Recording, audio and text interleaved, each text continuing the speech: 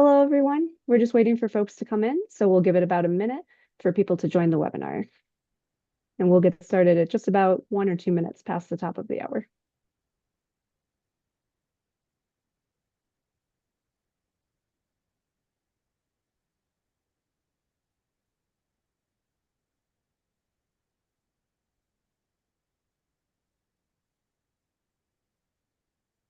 Just waiting for people to come in here.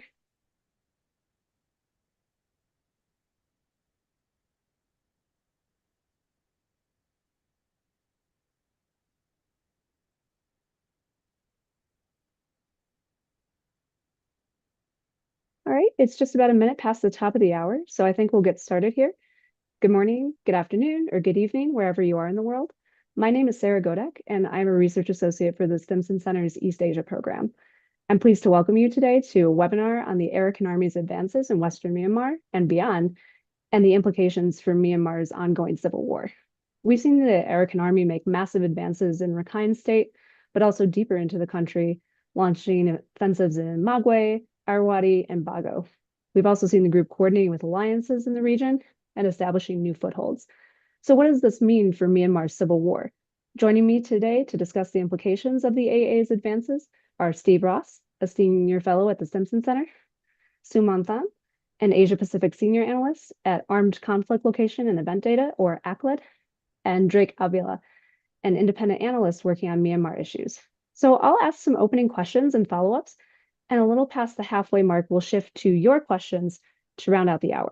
As a reminder to our audience, please feel free to submit your questions at any time through the Q&A function at the bottom of the webinar window. At the end of the discussion, we'll get to as many as we can. So Steve, maybe you could start us off here. What's the current situation for the Arakan Army in Myanmar, and how did we get here? Can you please set the stage for us? Thanks, Sarah, and thanks to everyone for joining the discussion.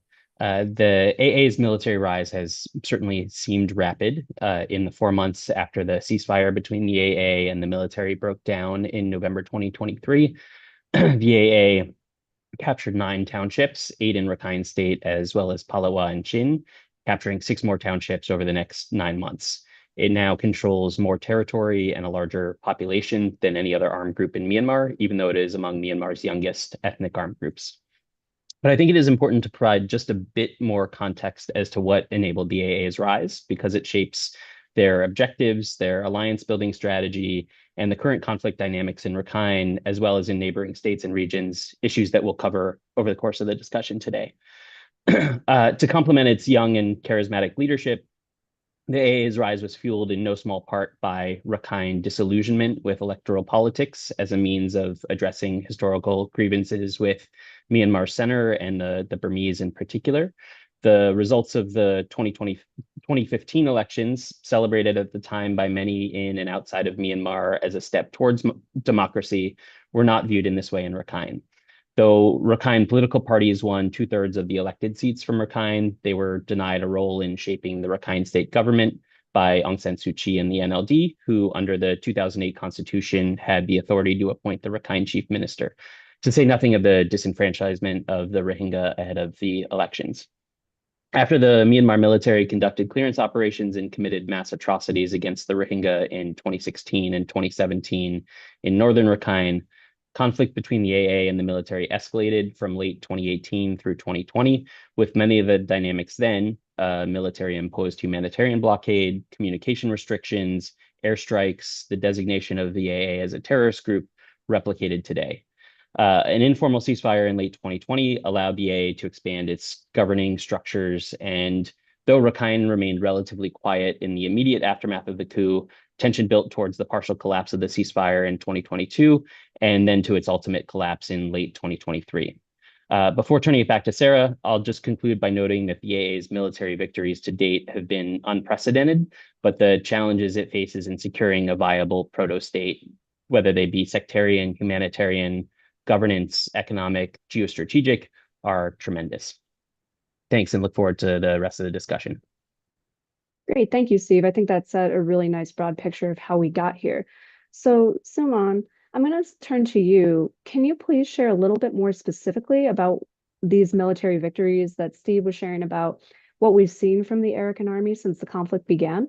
How do the most recent advances compare with the Arakan Army's movements at the beginning of the Civil War? And what have been the impacts of recent advances on the broader dynamics of the war? Thank you, Sarah, for your questions, and thanks, Steve, for setting up the stage. Before focusing on AA operations, I just want to quickly comment that there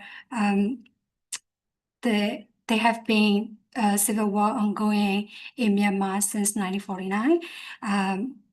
With the Korean Revolution, and it itself is the product of the Civil War. So the Civil War, the conflict in the Rakhine State is not isolated from the conflict from the rest of the country, and also there have been many armed groups in Rakhine State that have been rising up to fight the military and fallen over the decades. Going back on the AA, it was officially founded in 2009 in Kachin State with the support of the Kachin Independence Army. And AA gained its first battlefield experience alongside the MNDAA and then KIA in the northern Myanmar. And then it launched its first offensives in 2015 in southern Chin State and then northeast Rakhine State. With conflict intensifying from 2016 and then through 2020. So it began an informal ceasefire, like Steve mentioned, in the late 2020. That is like 3 months before the military coup. So military maintained the ceasefire and even discouraged anti-coup protests, including civil disobedience movement in Rakhine State. Its initial position is to have its initial position is Myanmar military coup with no Arakan consent, because it was focusing on the Arakan dream, which is the ruling Arakan by the Arakan people through the way of Rakita. But the tensions built up between the military and the AA in mid-2020. Both sides trying to target the administrators from each side because it became clear that it was consolidating its administration and preparing for the war for that period. And then tension escalated and conflict broke out in Palawan in mid-May. And then military junta attacked one of the AA base in Korean State and killed 6 AA troops. And then AA mentioned that they will revenge, they will retaliate the attack. Since then, we started seeing more clashes in Mount area and the Chen State area.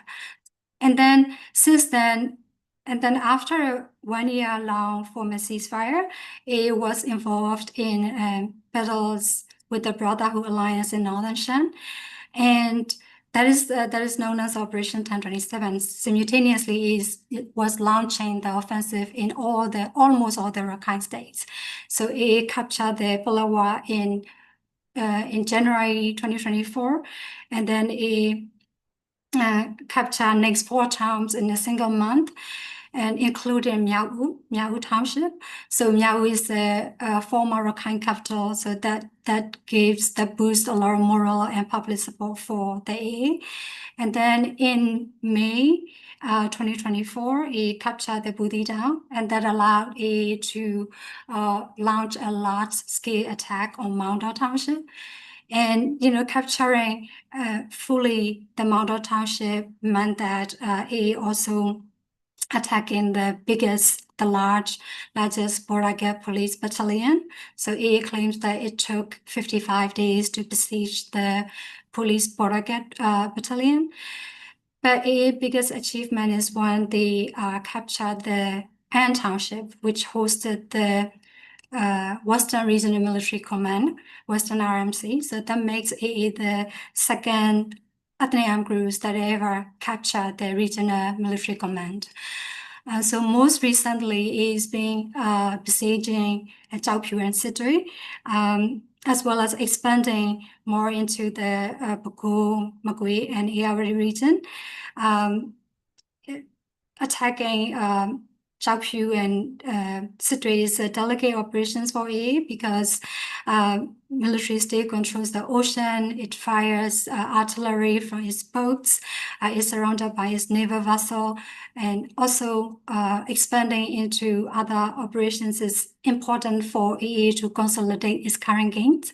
So what we are seeing right now is the more clashes in the relatively peaceful area like in ARD region. So ARD region had the lowest conflict events that we ever recorded since 2021 compared to other regions.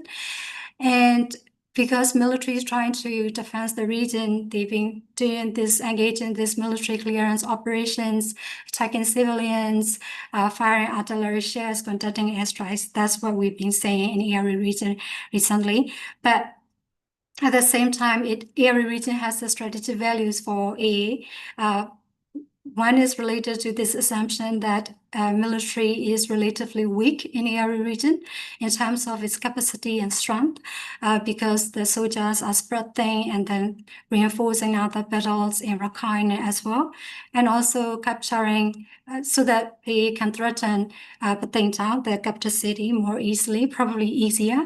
And it's also helpful for if they can capture the Patin airport, because the military has been using this airport for military airstrikes in Rakhine State and as well. And another reason is that it can penetrate Western Bago region from Iawari if they can solidify and fortify these townships and these territories. So related to this point, it pushed into eastern part, into Bago and Magui region. It seems like it is also aiming for the military industries, particularly between the Rakhine mountain range and the western bank of the Iawari River. To summarize that, if AA ever threaten these military industries, particularly in that area, and achieve any success, it would have huge impact on military ability to reliably produce a variety of arms and military technology it relies on, and also in turn will benefit the wider resistance movement. Simone, thank you so much. I think that did such a great job of detailing not only the recent advances, but also the strategic logic behind them. I think that's something that a lot of people have been surprised by is the AA moving beyond Rakhine State into these regions. And something else that observers have been surprised by is the extent to which the AA has been leveraging alliances. So Drake wrote a wonderful paper for us earlier this year on the AA's network of alliances, which we will share now in the chat with everyone. And Drake, I would love for you to chat just a little bit about this network of alliances. How has the Arakan Army been developing the network of alliances in Myanmar? And how has this shaped outcomes for the group in recent months? Yeah, thank you so much, Sarah. And also, Sumon, thank you so much for that introduction.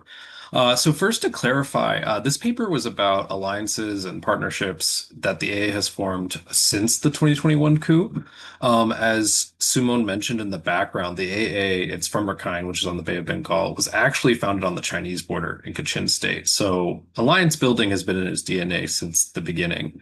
However, this paper was meant to look at the alliances formed in the past about 4 years at this point. These alliances have I've been mostly looking at the ones from neighboring regions and states. So Chin State to the north, Magwe, Bago, and Ayeyarwady to the east, and basically most of these groups, at least in Magwe, Bago, and Ayeyarwady, are ethnic Bama young people who went from protesting the coup to taking up arms, and for many of them, the AA was probably a very logical patron in terms of getting training, supplies, shelter. I wasn't able to track down necessarily statements from each group about when they started working with the AA. But for example, one of them, the People's Independence Army, as early as 2022, they were getting training from the AA. So a lot of these relationships have been incubating for a very long time.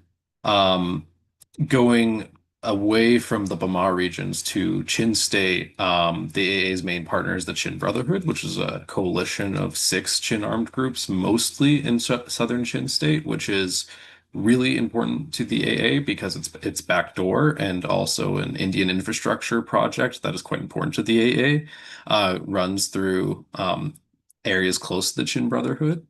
Um, and what um, there's kind of different things to say about the Chin piece and the wider Bama resistance piece. On the Chin side, it's been very controversial because many Chin see the AA as an interloper into Chin State, but its alliance with the Chin Brotherhood has kind of enabled it to have some cover, so to speak, especially given that it occupies most of Paletwa Township, which is in Chin State, not Rakhine, and to many is basically an invasion. But by having local Chin partners, that does make that accusation a lot more complicated. Um, that the picture for the Bama resistance groups in Magwe, Ayawadi, and Bago looks much different. Its partners there don't control any territory. It's mostly guerrilla operations.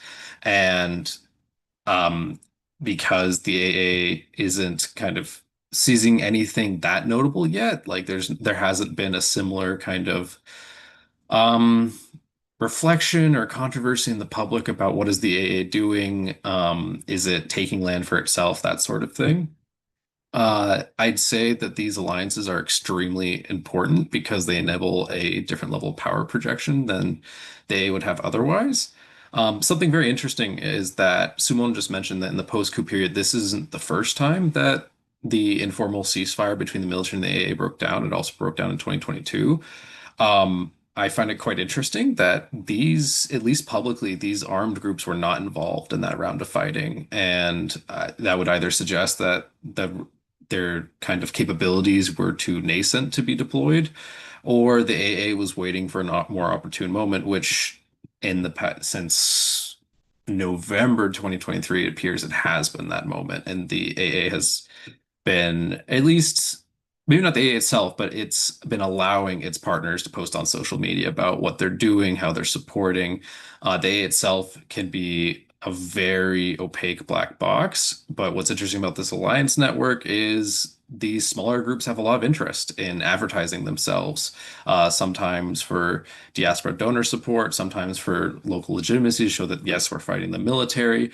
And so we're actually getting some more points of reference to understand the AA strategy and movements. That's fascinating. I think it's one of the most interesting dynamics of the AA's advances. So thanks for sharing. I think you mentioned power projection. That's something that we'll definitely get to in some of my further questions. But Steve, just coming back to you, hearing Sumon and Drake's observations, what has been surprising to you about the developments on the ground? What are observers tracking? Thanks, Sarah, and thanks, Drake and Suman. I thought really good good discussion points for us to jump off of. And without wanting to jump ahead too far into some of the issues I think we'll cover in more detail, I draw out a couple of points in particular. One is just to underscore the importance of the AA expanding beyond Rakhine, as Suman mentioned.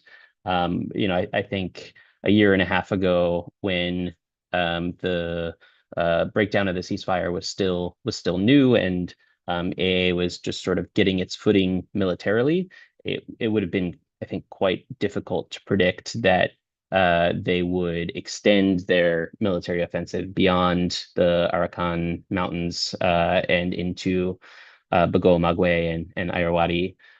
So I think that's a really key point, and I think we'll discuss a little bit further in a few minutes the implications that has, and perhaps the intentions that underlie that that projection beyond Rakhine. And then for the alliance structures, I think that's also really a critical point, in the sense that it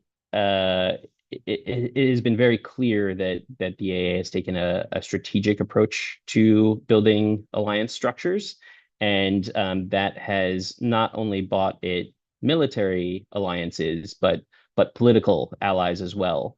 I think we can discuss a little bit further in a couple of minutes what some of the dynamics are around those political alliances and what it means for the AA's place in the broader resistance movement within Myanmar. That's great, Steve. I think that's a really nice segue to zooming back out a little bit. So as Sumo mentioned, Arakan Army advances, Drake mentioned alliance structures. It's really starting to look like a leader in the civil war, and that's something that you've seen a lot of observers note.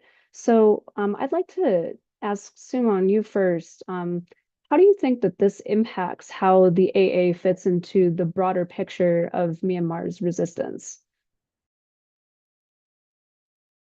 Oh, Suman, you're muted. No worries. Thank you for your questions. I think it is definitely inspirational. We know that from listening from interviews of other commanders from smaller NAM groups or post-GUAM groups, and it is relatively new, but it, like Steve and Drake mentioned, it's achieved military success at a unprecedented level. And also AA seems to be very practical. So they have a very clear political objective. Am I staying? Yes. Okay. I feel like somebody dropped. I'm not sure who. Yeah, so I think A has a clear political objective. So when post-coup groups work with the AA, they know that what they are signing up for. So they have what they want militarily, what they want politically. So that's one thing. And I think more importantly, they have been a reliable partner. So according to our data, we haven't recorded any single event that involves AA directly clashing with its alliance members since the coup. So this adds the reputation for the AA. And I think its leadership could expand to the dry zone area, like central part of Myanmar, because according to our data, that area has the most post-coup groups. There are so many post-coup groups, but they don't have coordination between them. They don't have a military infrastructure. They don't have a command structure. And this is partly because there is no established EAOs close to this area, and they don't have any opportunities for any joint military cooperation. So AA cooperating with these groups and working with these groups in the central Myanmar area and Bago and Magwe region might build up the capacity and strength of these post-coup groups. They might gain battlefield experiences. They might be able to establish military command structures and infrastructure. And I mean, even it could bring the order and power in this significant area, because like I mentioned, it holds many military industries, and also it is so close to Naypyidaw if they want to threaten Naypyidaw. Even more so with the MNDAA and TNLA slowing down the fighting and losing territory, and most post-coup groups relocating to central Myanmar. I think AA now have outsized influence on the post-coup groups. Not only on the post-coup groups in the central Myanmar, but also in the Spring Revolution in general. And I think even if and then it's also important that everybody's looking up to AA, how they will respond to China's pressure, whether they will resist China pressure and level up their game, or they will cave in. These decisions will also impact on the whole resistance movement morale, revolutionary morale as well. So I think in that sense, it is very important. And also, even if it is not cooperating with these groups, I think it's already done shoulder like its military responsibility by interfering and diverting military resources in western part of Myanmar. So, yeah. Thank you so much, Suman. And we'll definitely get to some of the issues with Chinese pressure. How will the AA respond? But first, I want to ask Drake how the AA is leveraging its alliances. How does that compare to how other groups are engaging their own alliances?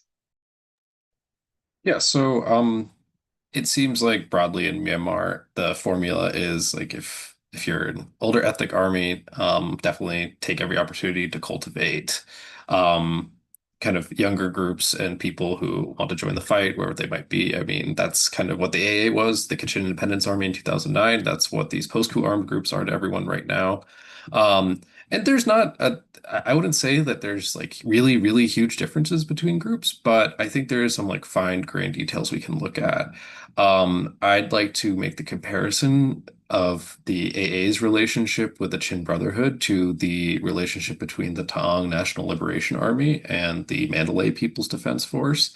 So, for those latter two groups, we're looking closer to the Chinese border on the kind of area encompassing northern Shan State and Mandalay region. And I use this example because some veteran ethnic armed groups will often incorporate like very clearly younger resistance groups into their chain of command and structure where it's really hard to differentiate. But both the TNLA and AA with the Chin Brotherhood and Mandalay PDF respectively have a lot of influence. Possibly have a lot of control, but publicly it is understood that the Mandalay PDF and Chin Brotherhood stand on their own. Like they are more or less independent actors, even if both the kind of EAO backers have a lot of say in what they do. And I think these decisions were made because in both of these cases, the Chin Brotherhood and the Mandalay PDF seized multiple towns in kind of their home operating areas where if you had a Taong armed group seizing towns in Mandalay region, it would be super easy for there to be, like, even on the resistance side, a lot of uncomfortable, like, discomfort with this Taong ethno-nationalist group taking Bama towns. And instead, it was their Mandalay PDF ally doing in the name of the revolution and on a more basic level of the same culture. Similarly, in Chin State, rather than the AA capture, like but beyond Paletwa, there's some towns that the Chin Brotherhood captured. Rather than the AA capturing those towns, it was the Chin Brotherhood. And that approach enables both the TNLA to create buffers without ruffling feathers even further than they already are. So there's a lot of, I'd say, plausible deniability built into how they are treating like these two particular sets of allies.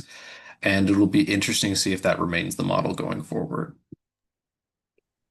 Yeah, that's so interesting. And it also gets to the broader concept of power projection that we've talked about earlier, of how they're using these alliances to project power, not necessarily having to expend all of the resources that they otherwise would to capture these towns and make forward movement. So I guess that brings me to another question that I have, which is what are the Arakan Army's ambitions in the war more generally, in Western Myanmar more narrowly? And what critical factors do you think that AA leaders are weighing as they chart the course for the next few months? Anyone can take this one. I'd be happy to offer some thoughts to start and then would welcome others to jump in. In terms of the AA's ambitions, I think they have quite clearly articulated a desire to reconstitute elements of the Arakan Kingdom from the 15th to the 18th century.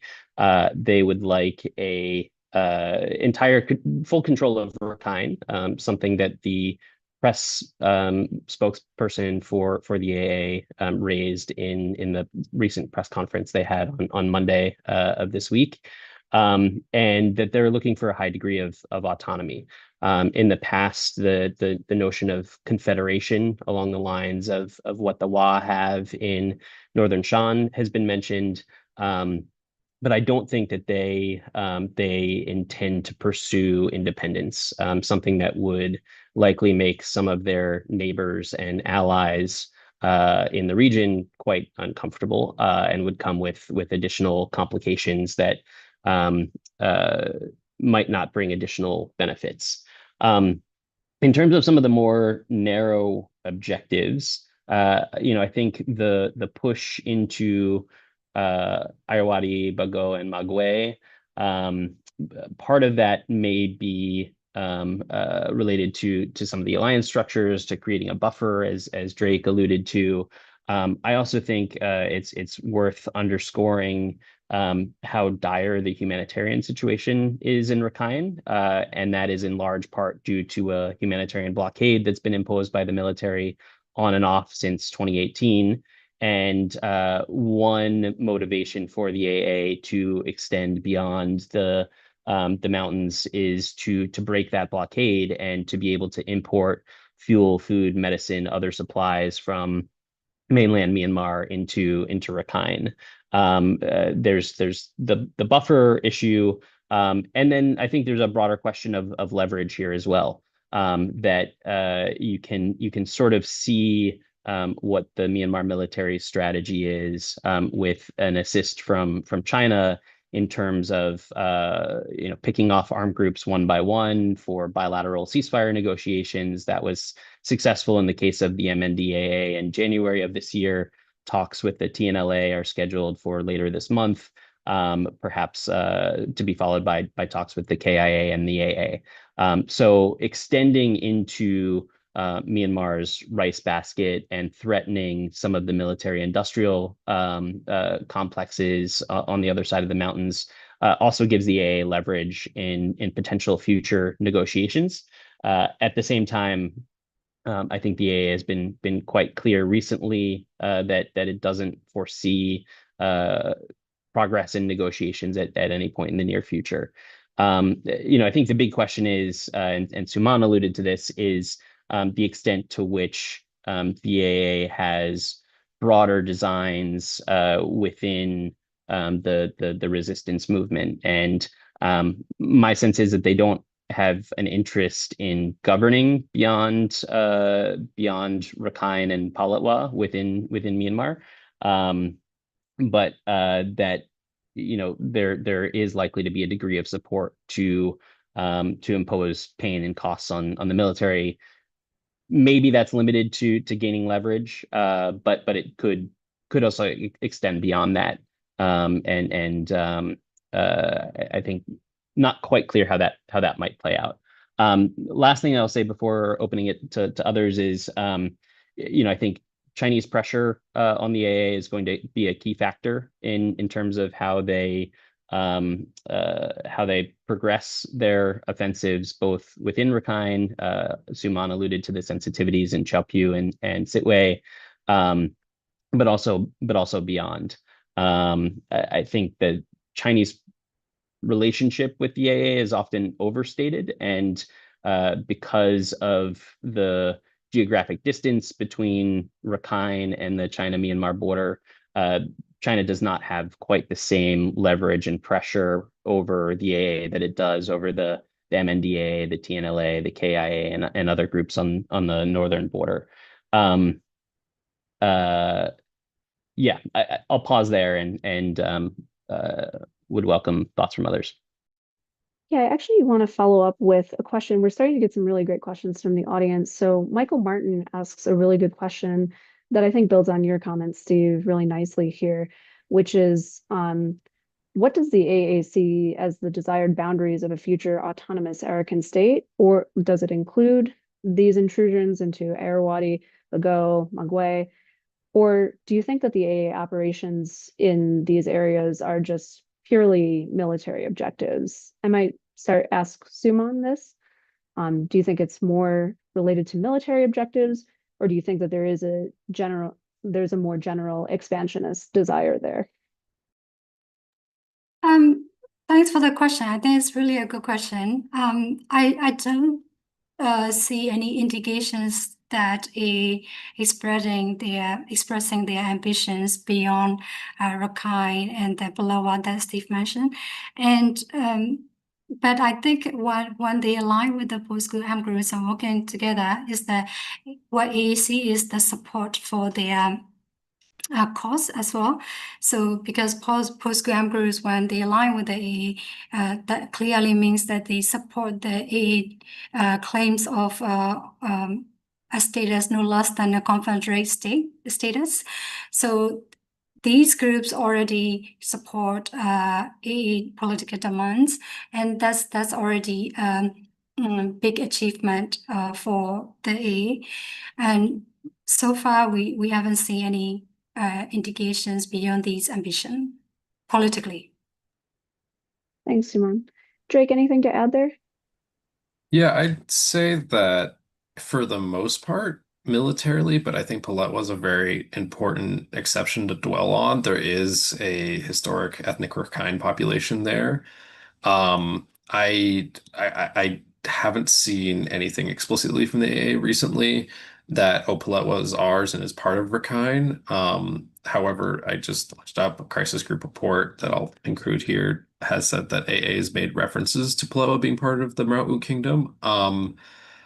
Kind of farther, in addition to that, I did hear from people who've been doing work in Paletwa recently that AA soldiers, or at least the AA has expected the local population to learn and speak Rakhine, including the local Chins, instead of Chin dialects or Burmese. So it does sound like, and there's also a lot of uh, reports from Chin civil society about human rights abuses, accusations of colonization. So there is something more strong going on there than in a lot of other places. Another that I would say that's where it goes beyond just a military presence and really an ideational attachment to like what the land means. Um, However, that's a very unique case. I is the best I'm aware of in Magwe, Awari, and Bago, where they is fighting with its allies. There's not a similar attachment of this is potentially part of Rakhine.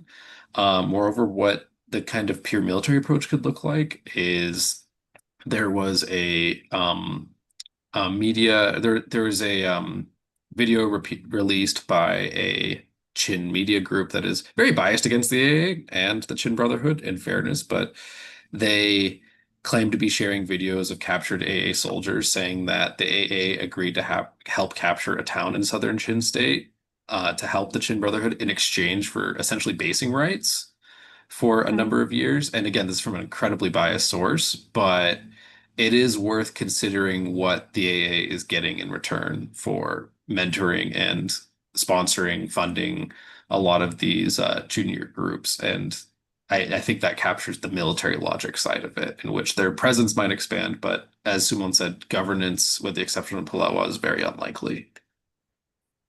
I just want to add one thing that in the press release, it confirmed that they consider Palawa as one of the districts that under their control. And as Drake mentioned, there are a certain population, Rakhine population in Palawa and also in Iari region.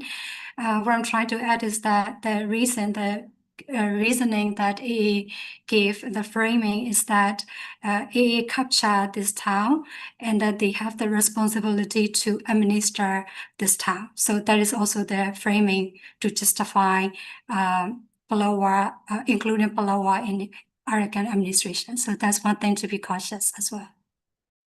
Just one other very brief addition, which is there is a perception within Bangladesh among some that the AA has broader designs on some Bangladeshi territory, particularly in the hill tracts.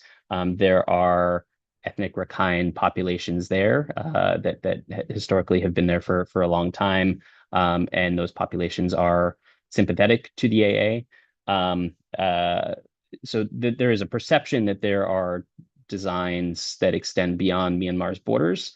I think the likelihood of AA pursuing that is very low. but did just want to flag that perception is there. Thanks, everyone. That was really, really helpful. Something that both you, Steve, and you, Drake, had mentioned was the humanitarian crisis, some allegations of human rights abuses. So I want to ask, so there's kind of this dueling perception where you have the AA emerging as a leader. We have all of these questions about whether it will push beyond Rakhine's borders ultimately. But then you also have these questions of the human rights abuse allegations. So, Steve, I want to ask you, what are the impacts of these dueling perceptions? How does that impact the AA's position? Sure. First, a little bit of context, and then the impacts. Since the collapse of the ceasefire, the ceasefire in Rakhine, Rohingya have been caught between the military and the AA. Early last year, the military started forcibly conscripting Rohingya to fight against the AA, something that is still ongoing, particularly in and around Sitwe. The military provided weapons and training to Rohingya armed groups to fight against the AA, and the military compelled Rohingya to destroy Rakhine property. In essence, this was classic divide and rule tactics by the military that were likely intended to make Rakhine ungovernable or much more difficult to govern. Unfortunately, the AA and to a lesser extent some in the Rohingya community have taken the bait. The AA stands accused of a range of abuses, both during the prosecution of the war last year and more recently, since it has taken full control of northern Rakhine, where the vast majority of Rohingya who are still in Rakhine remain. A number of rights groups have recently reported on physical abuses by the AA against Rohingya, as well as severe restrictions on movement, arbitrary detention, forced labor, and forced recruitment. There's also new evidence that's emerged over the last week of an alleged massacre of Rohingya by the AA in Butidong last year during the efforts to take Butidong. The AA denies these accusations, but beyond collecting the testimonies of Rohingya that have recently left Rakhine for Bangladesh, independent verification is extremely difficult given how restricted access to Rakhine is. I would say that the impacts that these allegations are having on the AA are complicated. The AA's actions have not matched some of the more inclusive rhetoric that they sometimes espouse, and it's certainly bred resentment among the Rohingya, as well as deepened mistrust between the two sides. Outside of Myanmar, the allegations likely hurt efforts by the AA to be seen as a legitimate governance actor, though that is not a particular concern of most of Myanmar's neighbors, with the possible exception of Bangladesh, which remains focused on repatriation of the more than 1 million Rohingya that they've hosted since 2017. At present, that relationship with Bangladesh is a very difficult one and is hurting both the AA and the people in Rakhine at present, because Bangladesh is the AA's best potential source of humanitarian assistance, of more broadly trade, connectivity, and other means of support to a semi-autonomous Rakhine. And I'm quite concerned about the implications of those relations deteriorating further down the line. Within Myanmar more broadly, the allegations have not hurt the AA's position within the broader resistance movement. Other ethnic armed groups, the NUG, PDFs, have not spoken publicly on the allegations of rights abuses for fear of alienating the AA, which is seen, as we've discussed, as a really critical player in the fight against the military.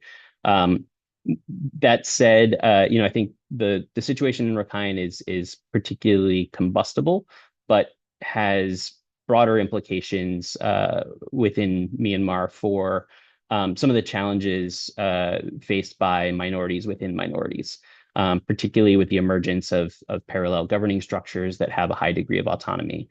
So the Rakhine example is perhaps the most vexing, but this is a dynamic that's being replicated in other parts of the country as well. Thanks, Steve. You mentioned the AA's relationship with Bangladesh, and that made me think about we're getting a lot of questions from the audience about the role of Myanmar's neighbors in this conflict. And so a lot of people want to know about China's role, India's role. So recently in Eastern Myanmar, we've seen that China's posture is shifting toward the EAOs. So with respect to the MNDAA withdrawal from Lazio, pressure on the TNLA, and now we're also seeing pressure on the AA directly from China. How would you, and this can be for anyone, how would you compare the AA's relationship with China to those that it shares with India and Bangladesh? And how do all of these relationships shape the AA's future plans? And I'm definitely going to follow up with some more specifics from the audience. Would anyone like to start?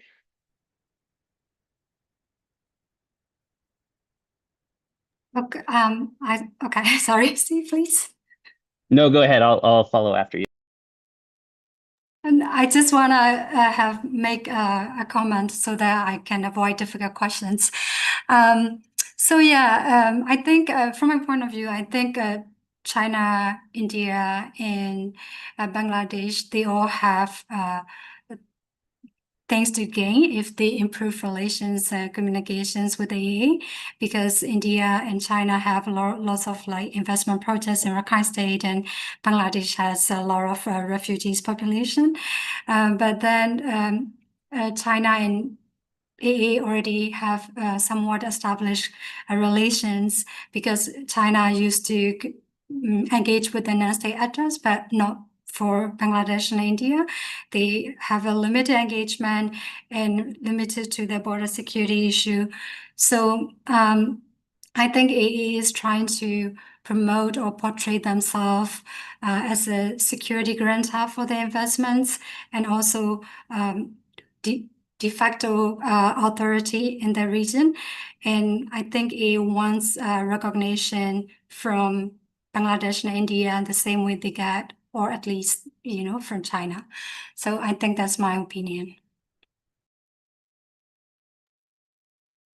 Yeah, I would echo that, and maybe just add a couple of other pieces.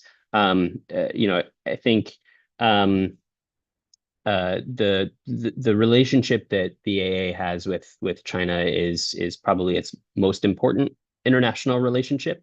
As Drake alluded to earlier, the AA's headquarters is still at Liza, on the China-Myanmar border in Kachin. The AA leader is believed to be in that area, and so that gives China some degree of influence over his movements, and some influence over those that are located at AA headquarters. So while China might not have as much leverage over the AA as some of the other northern groups, that doesn't mean that it doesn't have leverage. I also think that the AA knows what some of the red lines China has are, and is perhaps self-imposing restrictions on how aggressive it might be around Chaopu for that reason. To a lesser extent, the same dynamic could play out in Sittwe, where the Indian port project is. The relationship with India is, as Suman alluded to, I think newer. There is, I think, a deepening of ties, and certainly a better relationship between India and the AA than Bangladesh and the AA at this point in time. And I would just caveat that by saying that I think that there are some limits to how deep that engagement can go, both because of the likely continued emphasis that Delhi will place on its relationship with Naypyidaw. You've seen Delhi come out in support of the military planned elections for later this year, for example. And I think that relationship will continue to be an emphasis, which will probably limit how far they're willing to go, at least publicly, with the AA. The other limitation is geography. The border between Northeast India and Palatwa, that's a 100-kilometer stretch of the Kaladan multimodal project that's meant to connect India to the Indian Ocean via road and waterway, through Rakhine, and that stretch of territory is very geographically difficult to move things.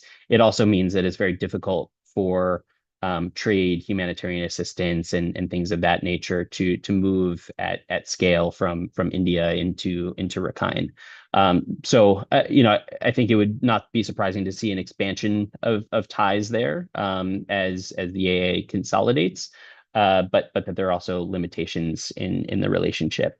And then just very briefly on Bangladesh, I think this is probably the most critical relationship for the AA because of some of those limitations on the Indian side and because of the distance of China from the situation in Rakhine.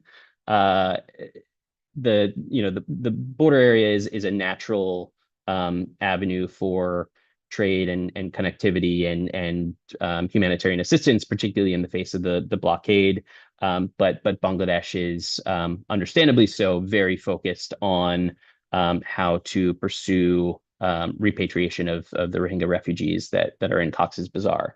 And my understanding is that there have been some nascent talks in that regard.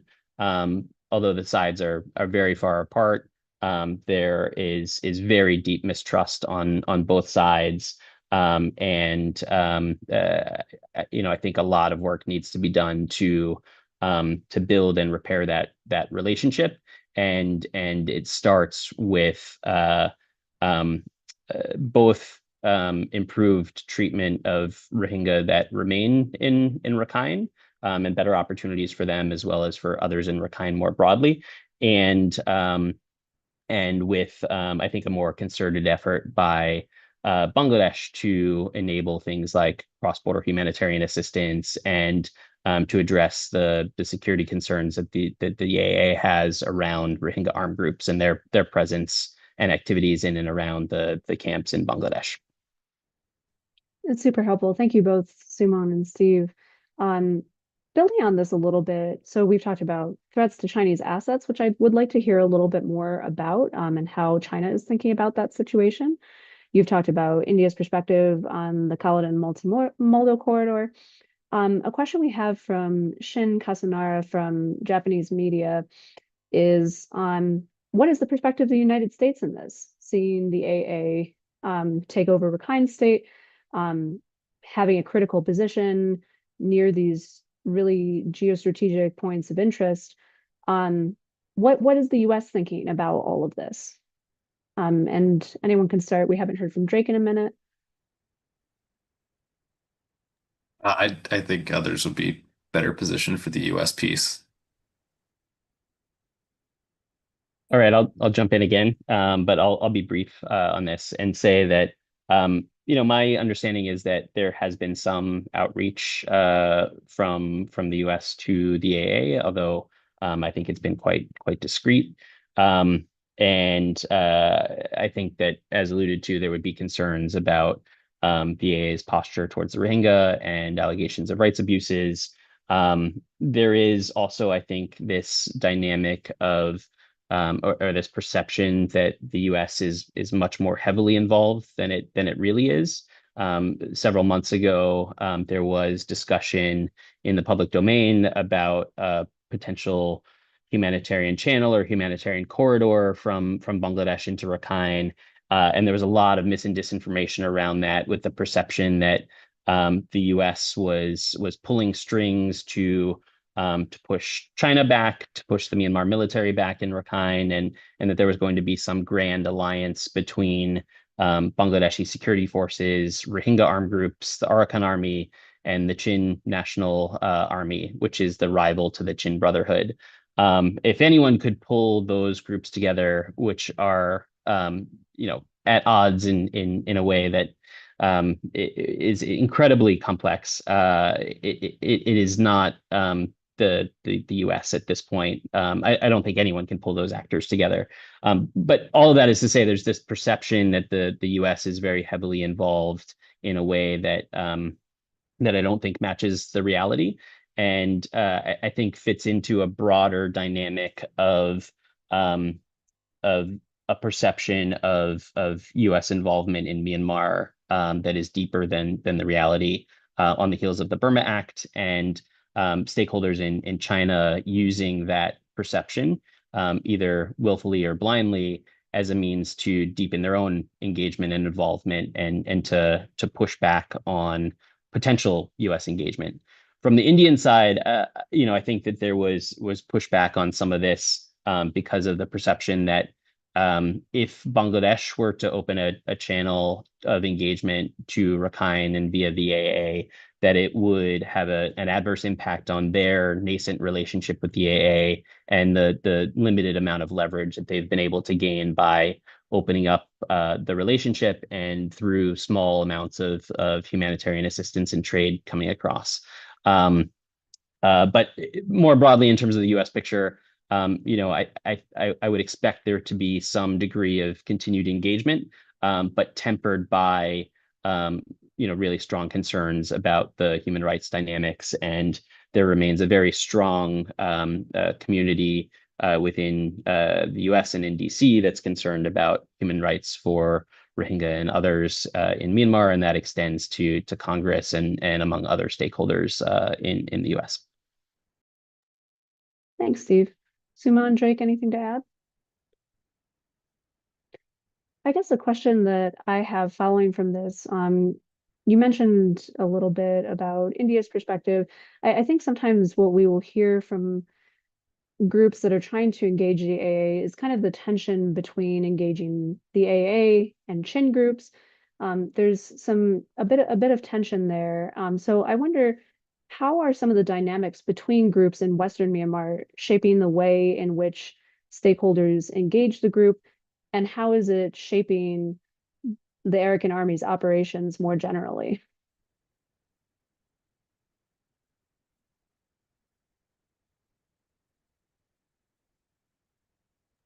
Okay, I can do my best on this one.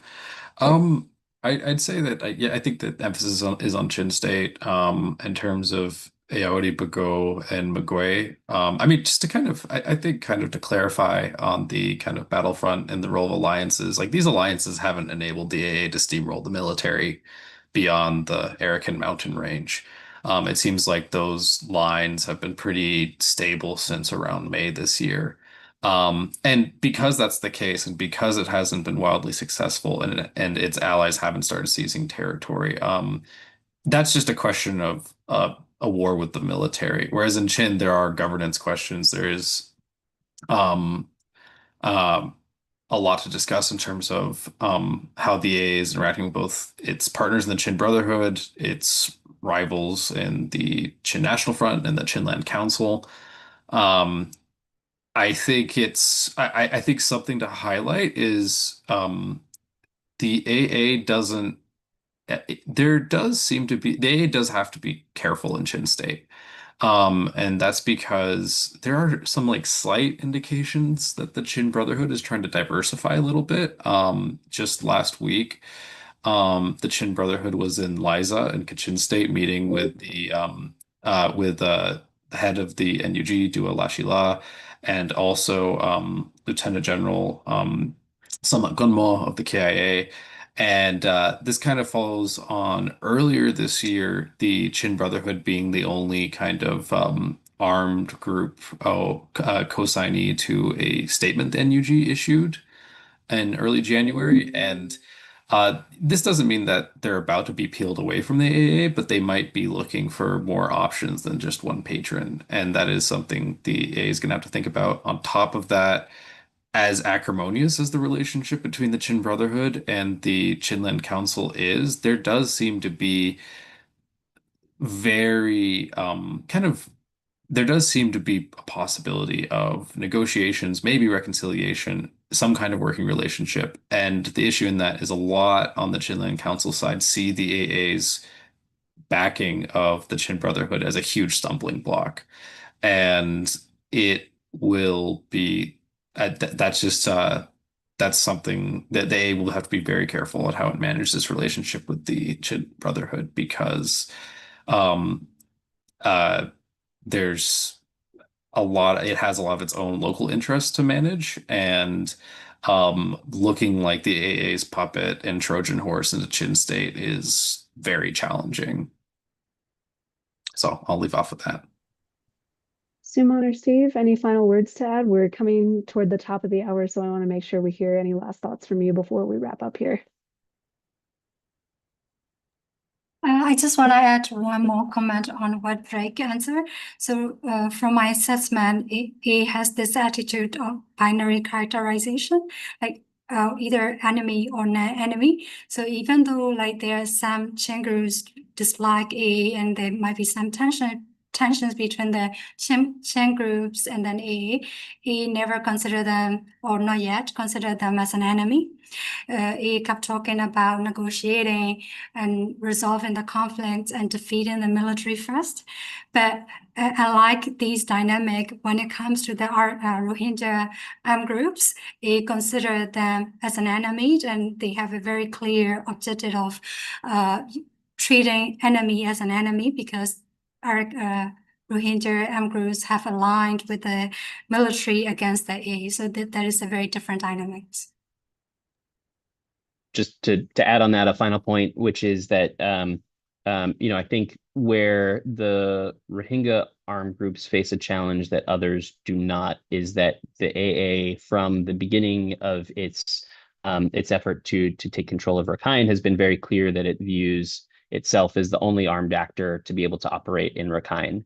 And whereas the Chin armed groups are operating in Chin, the Rohingya armed groups have aspirations to operate within Rakhine, and so that creates a very different dynamic, and one that is incredibly complicating.